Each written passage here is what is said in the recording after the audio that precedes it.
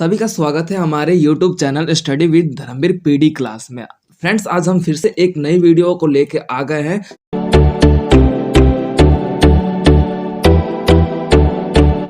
Friends, तो इस class में हम ये देखेंगे जो सेकेंड ईयर का जो बैंस का कोड है, यानी कि सार्वजनिक स्वास्थ्य और महामारी BANS 184, जो इग्नू का सेकेंड ईयर का कोड है। इसमें हम आज 7 से लेके 10 चैप्टर का इंट्रोडक्शन पढ़ेंगे कि कौन कौन से चैप्टर में आप क्या पढ़ने वाले हो। इससे पहले जितना भी इंट्रोडक्शन हो चुका है वो आपका फर्स्ट पार्ट में हो चुका है, जिसका डिस्क्रिप्शन में मेंशन कर दिया गया लिंक। आप वहां से डायरेक्ट जाके फर्स्ट चैप्टर को या फिर फर्स्ट पार्ट को आप विजिट कर सकते हैं। ओके फ्रेंड्स, आइए अपने वीडियो को स्टार्ट करते हैं।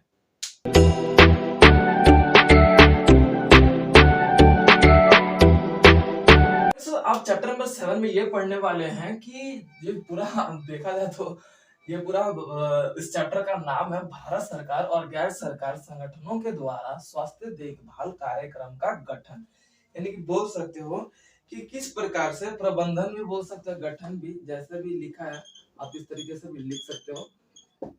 तो ये आपका देखा जाता है कि चैप्टर का पूरा नाम है कि इस चैप्टर में आप पढ़ने वाले हैं। देखिए जैसे फ्रेंड्स कि भारत सरकार यानी कि इंडियन गवर्नमेंट, ठीक है। और गैर सरकार मतलब यानी कि पूर्ण रूप से वो सरकारी भी ना हो और वो उसमें यानी कि सरकारी तथा प्राइवेट दोनों का ही अंश पाया जाता है, लेकिन वो पूर्ण रूप से सरकारी ना हो, ठीक है। अब संगठनों द्वारा स्वास्थ्य देखभाल का कार्यक्रम पर प्रबंधन मतलब होता है कि देख रेख, बचाव और उसको मतलब उसके लिए बोल सकते हो सेफ्टी, ठीक है। तो भारत सरकार ने स्वास्थ्य को बेहतर बनाने के लिए किस प्रकार से मतलब बोल सकते हो कि संगठन बना है, किस प्रकार से उसने कार्यक्रम किया, किस प्रकार से उसने मतलब कदम उठाया है कि स्वास्थ्य को बेहतर बनाया जा सके, या फिर कोई भी व्यक्ति बीमार है तो उसका इलाज परफेक्ट या फिर बेहतर तरीके से किया जा सके। तो आप चैप्टर नंबर 7 में ये पढ़ने वाले हैं कि भारत सरकार द्वारा कौन कौन से कार्यक्रम, कौन कौन से नीतियां बनाई जा रही हैं, किस प्रकार से नीतियों को फॉलो किया जा रहा है। तो ये आपके भारत सरकार के द्वारा संगठन स्वास्थ्य के रूप में बनाया जा रहा है। अब चैप्टर नंबर 7 में आप ये भी पढ़ने वाले हो, दो रूप में बनाया जा रहा है, एक गैर सरकार और एक गैर सरकारी, ठीक है। तो गैर सरकार मतलब जैसे कि मान लीजिए कि कोई एनजीओ भी होते हैं, बहुत से एनजीओ होते हैं जो फ्री ऑफ कॉस्ट में अलग अलग मतलब बोल सकते हैं कि पर्टिकुलर किसी अपाहिज या फिर दिव्यांग बच्चों का इलाज करते हैं। तो वो भी हमारे स्वास्थ्य के रूप में किस प्रकार से रिसर्च करते हैं, तथा इसमें ये भी आ जाता है, रिसर्च सेंटर भी आ जाता है, यानी कि RS भी आ जाता है, ठीक है। तो यानी कि स्वास्थ्य के साथ साथ रिसर्च सेंटर भी है कि कुछ प्राइवेट रिसर्च सेंटर भी होते हैं, कुछ गवर्नमेंट रिसर्च सेंटर भी होते हैं। तो दोनों रूपों में स्वास्थ्य को लेकर, स्वास्थ्य को बेहतर बनाने के लिए अपना योगदान दे रहे हैं, दिन रात एक करने का उनके द्वारा प्रयास किया जा रहा है। तो ये आप चैप्टर नंबर 7 में पढ़ने वाले हो कि भारत सरकार द्वारा किस प्रकार से कौन से गठन, कौन से संगठन बनाए जा रहे हैं, कौन कौन से कार्यक्रम चलाए जा रहे हैं। तो ये पर्टिकुलरली आप चैप्टर नंबर 7 में पढ़ने वाले हैं। अब बात कर लेते हैं फ्रेंड्स इस चैप्टर की अनुसंधान विधियां और सांख्यिकीय उपकरण। चैप्टर नंबर 8 की बात कर लेते हैं। तो फ्रेंड्स आपका चैप्टर नंबर 8 है अनुसंधान।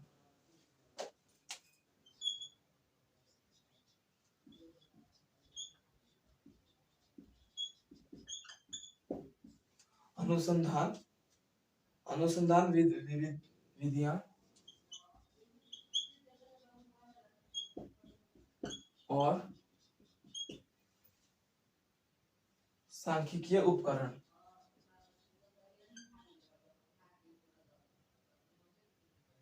सांख्यिकीय उपकरण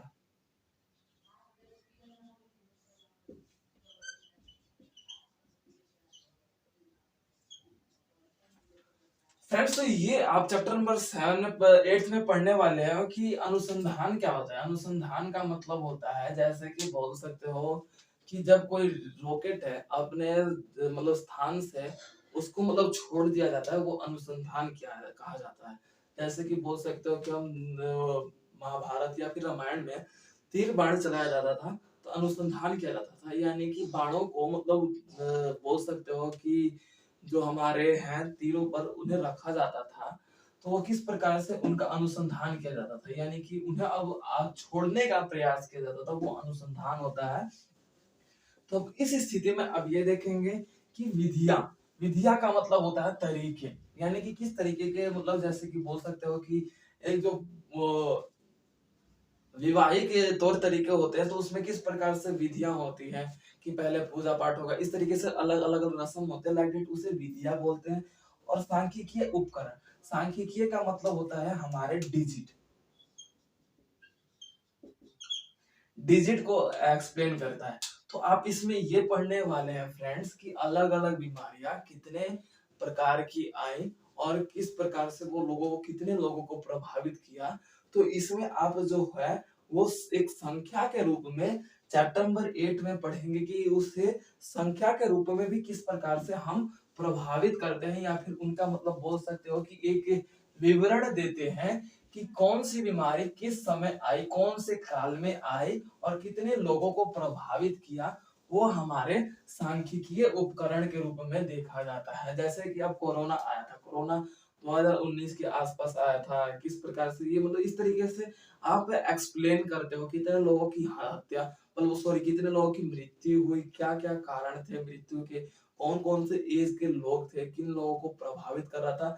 तो इस तरीके से आप चैप्टर नंबर पूरे 8 में एक संख्या के रूप में बीमारियों के बारे में पढ़ेंगे कि एक बीमारी किस प्रकार से संख्यात्मक रूप में एक देश की या एक क्षेत्र के लोगों को हानि पहुंचा रही है या फिर उसके स्वास्थ्य को नुकसान पहुंचा रही है।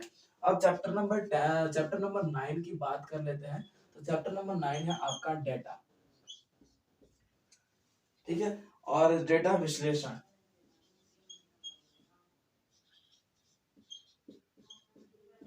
डेटा विश्लेषण की बात कर लेते हैं। तो इसमें अब ये देखेंगे फ्रेंड्स कि ये भी आप पूर्ण रूप से, ये हमारे डाटा पे होता है।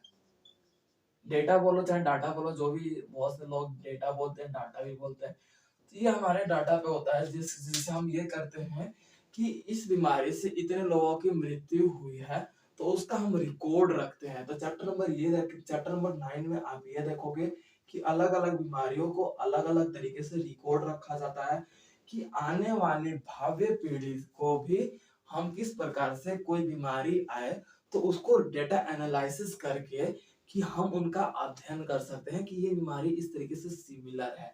डेटा एनालिसिस यानी कि एनालिसिस कर सके, उसे समझ सके, ठीक है।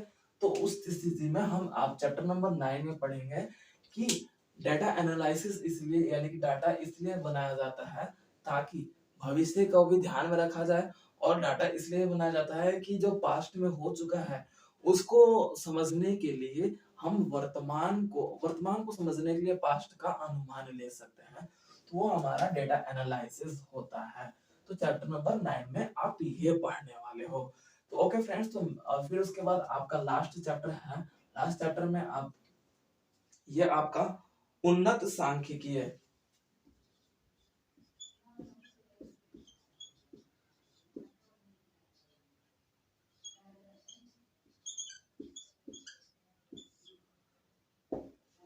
उन्नत सांख्यिकीय का फ्रेंड्स मतलब ये है कि परफेक्ट या फिर मतलब बहुत बेहतर, या फिर बोल सकते हैं एडवांस स्ट्रेटजीज, ठीक है। तो एडवांस में अब ये देखेंगे कि पहले क्या होता था कि वर्तमान किस प्रकार से था और पास्ट किस प्रकार से था, लेकिन अब देखा जाए जो आज के समय की, तो आज के समय की किस प्रकार से जो मशीनें हैं वो किस प्रकार से उन्नत हो चुकी है या एडवांस हो चुका है। तो उसी सिचुएशन में हम ये देखेंगे कि चैप्टर नंबर 10 में आप ये पढ़ोगे कि उन्नत तरीके से सांख्यिकीय का अध्ययन किया जाता है, यानी कि जो संख्याओं का अध्ययन किए जाते हैं। तो फ्रेंड्स, इस इन तीनों जो लास्ट वाले जो चैप्टर है ना, 8 से 8 9 10, इसमें आप कुछ फॉर्मूलेस का भी यूज देखोगे।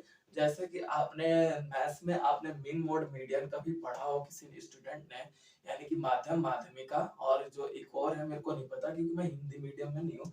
तो उस सिचुएशन में आप देखा जाता है कि ये आपका उन्नत सांख्यिकीय का मतलब यही है कि एडवांस सांख्यिकी, यानी कि संख्याओं के अनुसार आप इसमें डेटा एनालिसिस करते हैं चैप्टर नंबर 10 में कि किस तरीके से पहले क्या व्यवस्थाओं के माध्यम से एक बीमारी का अध्ययन किया जाता है डेटा के रूप में। लेकिन आज जो टाइम पीरियड चल रहा है, उन्नत का चल रहा है या फिर एडवांस चल रहा है, तो उसमें हम किस प्रकार से एक क्षेत्र का या फिर बोल सकते हो कि एक बीमारी का अध्ययन करते हैं। तो वो चैप्टर नंबर 10 में पढ़ने वाले हो। तो इसके अंतर्गत आप ये भी देखोगे कि फ्रेंड्स की जो ये उन्नत है या फिर एडवांस टेक्नोलॉजी या तरीके हैं, वो बेहतर परफॉर्मेंस देता है हमें अत्यधिक या फिर बड़ी संख्या या फिर बड़े पैमाने पर स्टडी करने के लिए, डिजिटलाइज स्टडीज करने के लिए आपको चैप्टर नंबर 10 में आप पूरी तरीके से एक्सप्लेन या फिर एक्सप्लेनेशन के साथ पढ़ेंगे। तो फ्रेंड्स, तो ये था आपका टोटल ये बेंस का 184 का 2 पार्ट में आपका पूरा एक्सप्लेनेशन कि कौन से चैप्टर में पर्टिकुलरली आप क्या-क्या टॉपिक्स और किस तरीके से टॉपिक्स पढ़ने वाले हैं। आई होप कि फ्रेंड्स आप लोगों को ये पूरा बुक क्लियर हो चुका होगा। Okay friends, thank you so much watching this video. मिलते हैं अपने नेक्स्ट वीडियो में।